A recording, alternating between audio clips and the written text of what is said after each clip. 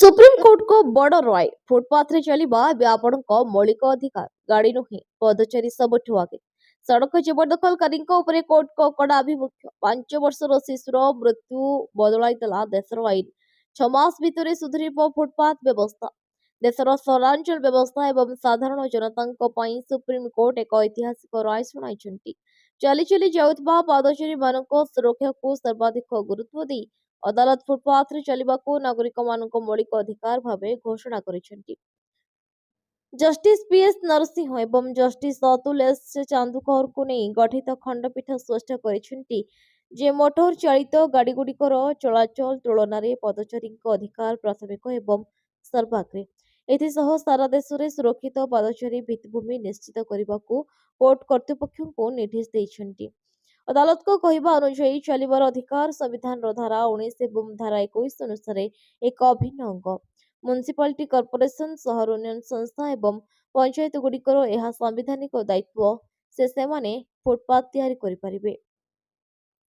ତାମିଲନାଡୁରେ ଘଟିଥିବା ଏକ ଦୁଃଖଦ ଘଟଣାରୁ ଏହି ମାମଲାର ସୂତ୍ରପାତ ହୋଇଥିଲା 2018 ମସିହାରେ ଫୁଟପାଥ ନଥିବା ହେତୁ ରାସ୍ତାରେ ଚାଲି ଚାଲି ସ୍କୁଲ ଯାଉଥିବା ଜଣେ 5 ବର୍ଷର ଶିଶୁ କନ୍ୟାର ଦୁର୍ଘଟଣାରେ ମୃତ୍ୟୁ ହୋଇଥିଲା ସୁପ୍ରିମକୋର୍ଟ ଏହି ମାମଲାକୁ ଏକ ଜନସ୍ୱାର୍ଥ ମାମଲାରେ ପରିଣତ କରି ସାରା ଦେଶରେ ପଦଚାରୀଙ୍କ ସୁରକ୍ଷା ବ୍ୟବସ୍ଥାର ସମୀକ୍ଷା କରିଥିଲେ ଏବଂ ମୃତ ଶିଶୁର ପରିବାରକୁ ଅଧିକ କ୍ଷତିପୂରଣ ଦେବାକୁ ନିର୍ଦ୍ଦେଶ ଦେଇଛନ୍ତି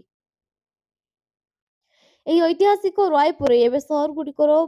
ସଡ଼କ ଡିଜାଇନ ଏବଂ ବଜେଟରେ ପାଦଚାରୀଙ୍କ ପାଇଁ ସ୍ୱତନ୍ତ୍ର ବ୍ୟବସ୍ଥା କରିବାକୁ ପଡ଼ିବ ମୋଟର ଗାଡ଼ି ଚଳାଉଥିବା ଲୋକଙ୍କ ସୁବିଧା ପାଇଁ ଚଉଡ଼ା ରାସ୍ତା ତିଆରି ହେଉଛି କିନ୍ତୁ ଯେଉଁମାନେ ଚାଲି ଚାଲି ଯାଉଛନ୍ତି ସେମାନଙ୍କ ସୁରକ୍ଷାକୁ ଉପେକ୍ଷା କରାଯାଉଛି ରାସ୍ତା କଡ଼ରେ ଉଠା ଦୋକାନୀ କିମ୍ବା ଗାଡ଼ି ପାର୍କିଂ କରି ଜବରଦଖଲ କରୁଥିବା ଲୋକଙ୍କ ବିରୋଧରେ କଡ଼ା କାର୍ଯ୍ୟାନୁଷ୍ଠାନ ଗ୍ରହଣ କରାଯିବ କୋର୍ଟ ସମସ୍ତ ରାଜ୍ୟକୁ ସେମାନଙ୍କର ଫୁଟପାଥ ସ୍ଥିତି ସମ୍ପର୍କରେ ରିପୋର୍ଟ ଦାଖଲ କରିବାକୁ 6 ମାସର ସମୟସୀମା ଧାର୍ଯ୍ୟ କରିଛନ୍ତି ନଗର ଉନ୍ନୟନ ବିଶେଷଜ୍ଞମାନେ ଏହି ନିଷ୍ପତ୍ତିକୁ ସ୍ୱାଗତ କରିଛନ୍ତି ବ୍ୟୁରୋ ରିପୋର୍ଟ ବିକଳ୍ପ ସମାଚାର ଆମ ଚ୍ୟାନେଲକୁ ଲାଇକ୍, ସେୟାର ଏବଂ ସବସ୍କ୍ରାଇब କରନ୍ତୁ।